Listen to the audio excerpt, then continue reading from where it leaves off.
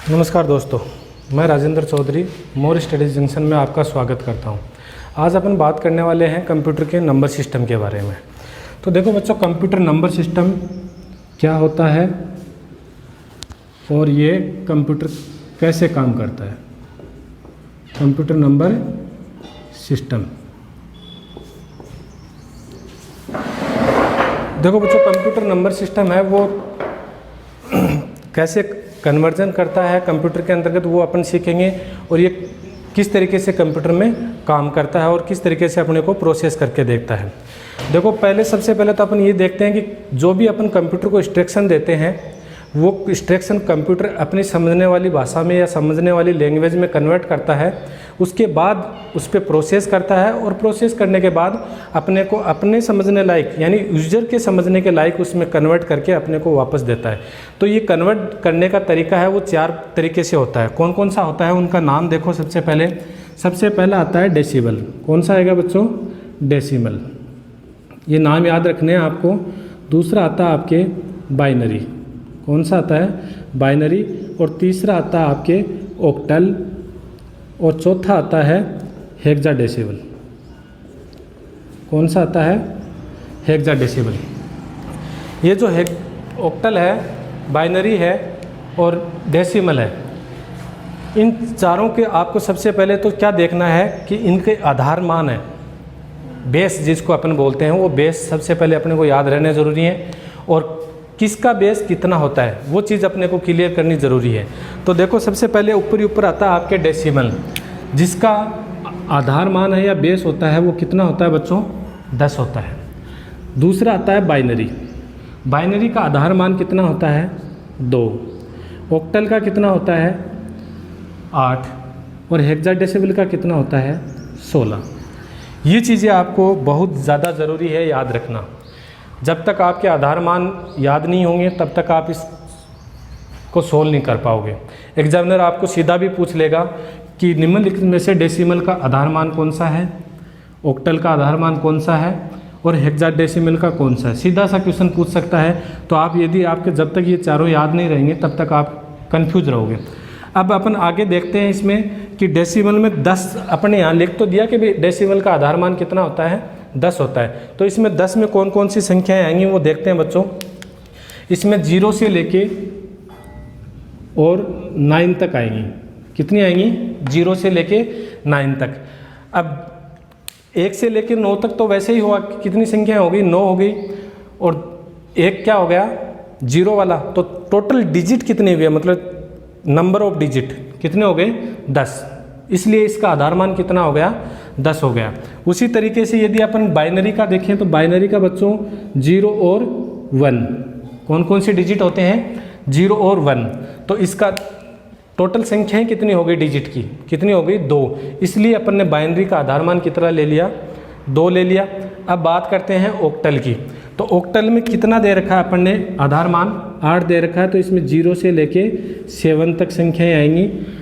तो 0 से लेके 7 तक 8 संख्याएं होगी। तो इसका आधार मान कितना हो गया? 8 हो गया। फिर आता है अपना हेक्साडेसिमल। इसमें अपन ने देखो बच्चों 16 आधार मान दिया है। तो इसमें आपको नोट करने वाली बात है, अपन थोड़ा सा इसको एक्सप्लेन देखते हैं कि इसमें 0 से लेके 9 तक तो डिजिट आएंगी, न्यूमेरिक डिजिट आएंगी। और ए से लेके एफ तक क्या आएगी? अल्फ़ाबेटिक। अब इसको अपन समझते हैं कि 0 से लेके 9 और ए से लेके एफ तक क्या होता है। यदि आपने इसका आधार मान 16 दे रखा है तो मैं यदि आपको कहूँ तो टोटल डिजिट तो हो गए 16, लेकिन कहाँ से कहाँ तक लिखोगे आप? 0 से लेके 15 तक लिखोगे। तो मैंने यहाँ पे लिख दिया 0 से लेके 15 तक। 0 2 3 4 5 6 7 8 और ये लो 9। फिर इधर अपन लिखते हैं 10 11 12 13 14 और 15। यहाँ देखो बच्चों, आपको 0 से लेकर 9 तक तो कोई इश्यू नहीं है। आपको न्यूमेरिक उठाना है। किस में? हेक्साडेसिमल में। अब यदि आपके 9 के बाद यदि कोई संख्या आती है, जैसे 10 आ गई, तो यहाँ आपको क्या मानना है? 10 की जगह पे आपको 10 नहीं लिखना। कंप्यूटर क्यों नहीं लिखना? क्योंकि कंप्यूटर इसको अब 10 नहीं पढ़ेगा। क्या पढ़ेगा इसको? A। 11 को क्या पढ़ेगा? B। और 12 को क्या पड़ेगा C, इसको D, इसको E और इसको F। ये चीज़ आपकी क्लियर आई। यदि अपन कंप्यूटर को ये इंस्ट्रक्शन देते हैं कि भाई ये कोई डिजिट है 12, ठीक है, यदि इस 12 अपन ने तो लिख दिया, लेकिन कंप्यूटर इसको क्या समझेगा, C समझेगा। यदि अपन ने C नहीं लिखते हैं तो ये कंप्यूटर इसको क्या पढ़ेगा 1 और 2, जो किस में आता है, बाइनरी में भी आता है, ऑक्टल में भी आता है और हेक्साडेसिमल में भी आता है। तो इसलिए कंप्यूटर की समझने के लिए अपन ने इसको क्या ले लिया, C, ठीक है। ये चीज़ आपकी क्लियर हो गई। यदि डेसिमल में तो क्या आएगा, 0 से लेकर 9 तक संख्याएं आएंगी और इसका आधार मान कितना हो जाएगा, 10 हो जाएगा। बाइनरी का 0 और 1 2 संख्याएं आएंगी या 2 डिजिट आएंगे और इसका आधार मान 2 हो जाएगा। ऑक्टल का 8 हो जाएगा। हेक्साडेसिमल में आपको बता दिया कि 0 से लेकर 9 तक और A से लेकर F तक संख्याएं आएंगी। तो 1 से लेकर F तक की संख्याओं को हम कैसे डिनोट करेंगे, 10 को A करेंगे, 11 को B करेंगे, 12 को C करेंगे, 13 को D और 14 को E और 15 को F। ये चीज़ आपकी क्लियर है। यदि ये चीज़ आपकी क्लियर है तो ये मान लो कि आपका कंप्यूटर नंबर सिस्टम है वो एक अच्छे से समझ में आ जाएगा। आप इसका स्क्रीनशॉट ले लो, स्क्रीनशॉट लेके बाद में नोट कर लेना अपनी नोटबुक में, फिर अपन आगे पढ़ते हैं।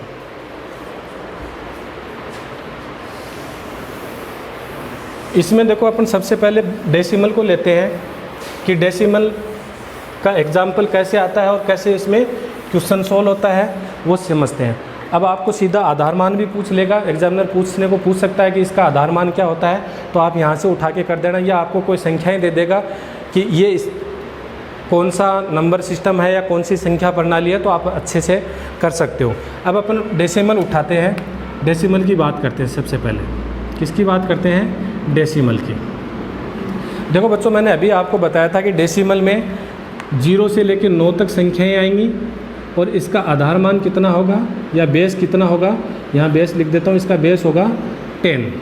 ये चीज़ क्लियर है। अब यदि इसके एग्जाम्पल की बात करते हैं अपन डेसिमल की, तो आपको ये सीधा सा एग्जाम्पल दे देगा 4, 7, 8। इससे आप समझ सकते हो क्या कि ये डेसिमल संख्या है? नहीं समझ सकते। क्यों नहीं समझ सकते? क्योंकि ये किस में आता है, ऑक्टल में भी आता है, हेक्साडेसिमल में भी आता है और डेसिमल में भी आता है। लेकिन आप अब समझ जाओगे कि इसके बेस यानी इसके नीचे जब आधार 10 लगा हुआ मिलेगा आपको, तो आप समझ जाना कि ये डेसिमल संख्या है। यहीं पे यदि आपको बाइनरी की बात करें कि बाइनरी नंबर सिस्टम है, उसका एग्जाम्पल कौन सा है, सीधा सीधा एग्जामिनर पूछ ले, तो अब मैंने बताया था कि 0 और 1 2 संख्याएं आएंगी या 2 डिजिट आएंगी और इसका बेस कितना होगा, इसका बेस होगा 2। तो यहाँ पे आपको एग्जामिनर सीधा ही दे देगा 0 1 1 0। अब इससे आप पहचान नहीं कर सकते क्योंकि ये बाइनरी में भी आता है, ऑक्टल में भी आता है, डेसिमल में भी आता है और हेक्साडेसिमल में भी आता है। लेकिन यहाँ पे यदि आपको बेस में 2 मिल जाएगा या आधार में 2 मिल जाएगा, तो आप अच्छे से इसको समझ सकते हो कि ये कौन सी संख्या है, आपकी बाइनरी संख्या है। उसी तरीके से यदि अपन ऑक्टल की बात करते हैं, आगे अपना डेसिमल हो गया, बाइनरी हो गया, ऑक्टल की बात करते हैं, तो ऑक्टल में बच्चों मैंने आपको बताया था कि 0 से लेके 7 तक संख्याएँ आएंगी और इसका बेस कितना होगा, 8 हो जाएगा। इसका बेस क्या हो जाएगा, 8 हो जाएगा। और यदि इसके एग्जाम्पल की बात करें अपन, एग्जाम्पल की बात करें तो इसमें आपको सीधा सा पूछ लेगा 1 4 8 और नीचे आपको बेस में क्या मिलेगा, 8 मिलेगा या 8 मिलेगा। तो आप इससे पहचान कर लोगे कि ये कौन सी संख्या है, ये ऑक्टल संख्या है। उसी तरीके से आप हेक्साडेसिमल को देख लो। हेक्साडेसिमल की बात करें अपन तो इसमें आपको मैंने बताया था कि 0 से लेकर 9 तक संख्याएं आएंगी और A से लेके F तक अल्फ़ाबेटिक आएंगे और इसका बेस कितना होगा, 16। तो एक एग्जांपल देखते हैं अपन हेक्साडेसिमल का। देखो बच्चों, इसके एग्जांपल में मैंने दे दिया, क्या दे दिया, 4 6 7 B और 9 और यहाँ पे मैंने दे दिया 16। ठीक है। अब एक चीज़ आपके बच्चों समझ में आई होगी कि जब तक अपना इसके नीचे बेस नहीं लगाएंगे या इसका आधार मान नहीं लगाएंगे, तब तक अपन कंफर्म नहीं कर पा रहे हैं कि कौन सी संख्या बाइनरी है, ऑक्टल है, या डेसिमल है या हेक्साडेसिमल है। तो देखो बच्चों, यहाँ पे मैंने क्या लिखा है, 4 7 8 लिखा है और इसके बेस में क्या लिख दिया, 10 लिख दिया। अब यदि मैं ये 10 नहीं लिखता हूँ, मान लो 1 मिनट के लिए कि मैंने 10 नहीं लिखा, तो क्या आप डिसाइड कर सकते हो क्या कि ये बाइनरी संख्या, ऑक्टल संख्या या डेसिमल संख्या? नहीं कर सकते। इसलिए आपको बाइनरी का, ऑक्टल का, डेसिमल का, हेक्साडेसिमल के सबसे पहले बेस याद करने हैं, और जिसके नीचे जो बेस होता है उसके आधार पे इसको आपको कन्फर्म करना है। अब आपके 2 क्वेश्चन तो आपके सीधे से एग्जाम में पूछे तो आप सीधा सा डायरेक्ट कर सकते हो। कौन कौन से? एक तो मैंने आधार मान वाला बताया और एक एग्जाम्पल वाला, कि एग्जाम्पल देके भी आपको पूछ सकता है कि निम्नलिखित में से डेसिमल का एग्जाम्पल कौन सा है, ऑक्टल का। ये अपन देखेंगे, 5-7 क्वेश्चन करेंगे लास्ट में, तब आपको अच्छे से समझ में आएंगे। तब तक आप कंटिन्यू जुड़े रहिए हमारे चैनल के साथ। अब अपन आगे बात करते हैं। सबसे पहले डेसिमल की कन्वर्जन आता है। ये अपन ने बेस तो इसका सीख लिया। अब कन्वर्जन की, कंप्यूटर को जब अपन यूजर है या अपन जो इंस्ट्रक्शन देते हैं, उन इंस्ट्रक्शन को वो कैसे अपने समझने लायक कन्वर्ट करता है और फिर अपने समझने लायक वापस कैसे कन्वर्ट करता है, वो देखते हैं। तो अपन सबसे पहले डेसिमल से कन्वर्ट करते हैं। डेसिमल टू अगर अपन बाइनरी में करते हैं या ऑक्टल में करते हैं या हेक्साडेसिमल में करते हैं। आपको एग्जामिनर कुछ भी पूछ सकता है कि ये कोई बाइनरी संख्या है या डेसिमल संख्या है, इसको आप ऑक्टल में चेंज करिए, बाइनरी में करिए या हेक्साडेसिमल में करिए। तो इसका अपन एक सीधा सा देखते हैं, एक एग्जाम्पल लेते हैं डेसिमल का। कौन सा लेते हैं? जैसे 16 ले लिया, ठीक है, 16 लिया और इसका डेसिमल है तो आधार मान कितना मिलेगा? 10 मिलेगा, और आपको कहेगा कि यहाँ पे क्वेश्चन वाचक है और इसको आप बाइनरी में कन्वर्ट करो, ठीक है। अब यदि आपको बाइनरी दे दे तो यहाँ पे 2 मिलेगा, ऑक्टल दे दे तो आपको 8 मिलेगा, हेक्साडेसिमल मिले तो यहाँ पे कितना मिलेगा? आपको 16 मिलेगा। तो बच्चों इसको देखो, करने का एक सीधा सा अपने पास तरीका है, शॉर्ट एंड स्वीट, कि जिस संख्या को जिसमें कन्वर्ट करना है, जिस संख्या को जिसमें कन्वर्ट करना है उसका भाग दे दो। समझ में आया? जिस संख्या को जिस संख्या में कन्वर्ट करना है उसका ही भाग दे दो। आया समझ में? तो जैसे 16 है, इसको अपन करते हैं, ये जो 16 है इसमें अपन भाग विधि के द्वारा करेंगे। जैसे ये 16 ले लिया अपन ने और कन्वर्ट किस में करना है? बाइनरी में। तो बाइनरी का आधार मान है 2, तो 2 का भाग देंगे। यहाँ पे भाग दिया, 8 आया, शेषफल कितना बचा? 0 को आप यहाँ लिख दो, लिख दिया। अब फिर 2 का भाग दो। ये भाग अपन जब तक देंगे जब तक कि इसके भागफल में कितना आ जाए, 0 नहीं आ जाए, तब तक इसमें भाग देंगे। शेषफल से अपने को मतलब नहीं है, भागफल में मतलब है। भागफल में जब तक 0 नहीं आ जाए तब तक अपन 2 का भाग देते जाएंगे। तो अब कितना आ जाएगा? 4 आ जाएगा, और शेषफल कितना बचा यहाँ पे? 0। फिर 2 का भाग देंगे 2 बार, शेषफल आया 0, फिर 2 का भाग दिया 1 बार, यहाँ पे 0, फिर 2 का भाग दिया। अब देखो, अब अपन भाग दे रहे हैं तो यहाँ पे 2 तो बड़ा है और 1 छोटा है। इस कंडीशन में आपको क्या करना है? कंफ्यूज नहीं होना है। यहाँ पे तो करना है 0 और यहाँ पर एज इट इज़ 1 का 1 नोट कर दो। ये चीज़ आपकी क्लियर समझ में आई कि कोई भी संख्या हो, ज़रूरी नहीं है कि बाइनरी संख्या में ये है। यदि आप ऑक्टल का भाग दे रहे हो या आप हेक्साडेसिमल का भाग दे रहे हो, किसी भी कंडीशन में यदि आप भाग दे रहे हो, यदि भाग देने वाली संख्या है वो बड़ी हो और ये संख्या छोटी हो, उस कंडीशन में आपको ये वाली संख्या एज इट इज़ आपको नोट कर देनी है या उतार देनी है, ठीक है।